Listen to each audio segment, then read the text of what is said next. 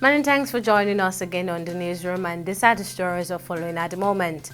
President Bola Tinubu has mourned the passing of the chieftain of the All Progressive Congress in Delta State, Cairo Ojogbo, who reportedly died while watching the semi-final clash between the Super Eagles of Nigeria and the Bafana Bafana of South Africa on Wednesday. The incident happened when the penalty was awarded against Nigeria. Ojogbo was said to have shouted and slumped due to the massive attack when South Africa scored. Meanwhile, President Tinubu, through a special advisor on media and publicity, Ajarin Golali, has condoled with the Ojogbo family, the government, and the people of Delta State over the loss. And 5 pregnant girls have been rescued following a raid of a baby factory by security operatives at the Umunoaya in Oyi local government area of Anambra State. The rescue effort followed a collaboration of the Anambra State Ministry of Health and security agencies in the southeastern state.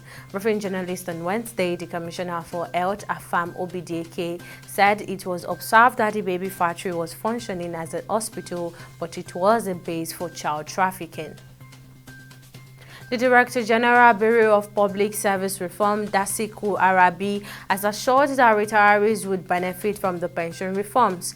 Arabi made this known in Abuja on Wednesday at a stakeholders workshop on the identification of effective implementation of reform modalities in Nigeria's pension administration.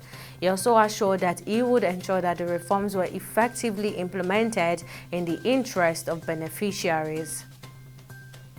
The Minister of Finance and Coordinating Minister of the Economy, Wale Edun, has disclosed the Nigeria and the World Bank are working towards strengthening mutually beneficial bilateral relations.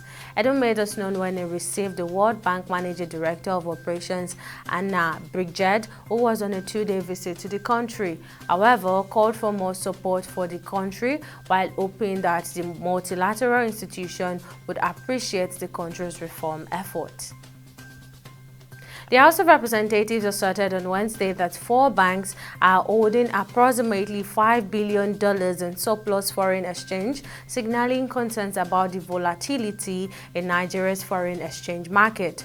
Responding to this, the House directed the Joint Committee on Banking Regulations and Banking Institutions to undertake an investigation hearing into the failure of banks and financial institutions to adhere to the Central Bank of Nigeria's directive regarding net open position limit.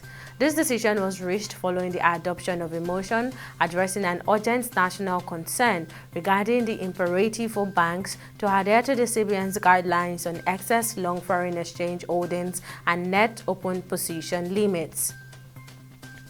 And on the global scene, Israel's Prime Minister Benjamin Netanyahu has rejected Hamas proposed ceasefire attempts, saying total victory in Gaza is possible within months. He was speaking after Hamas laid out a series of demands in response to an Israel-backed ceasefire proposal.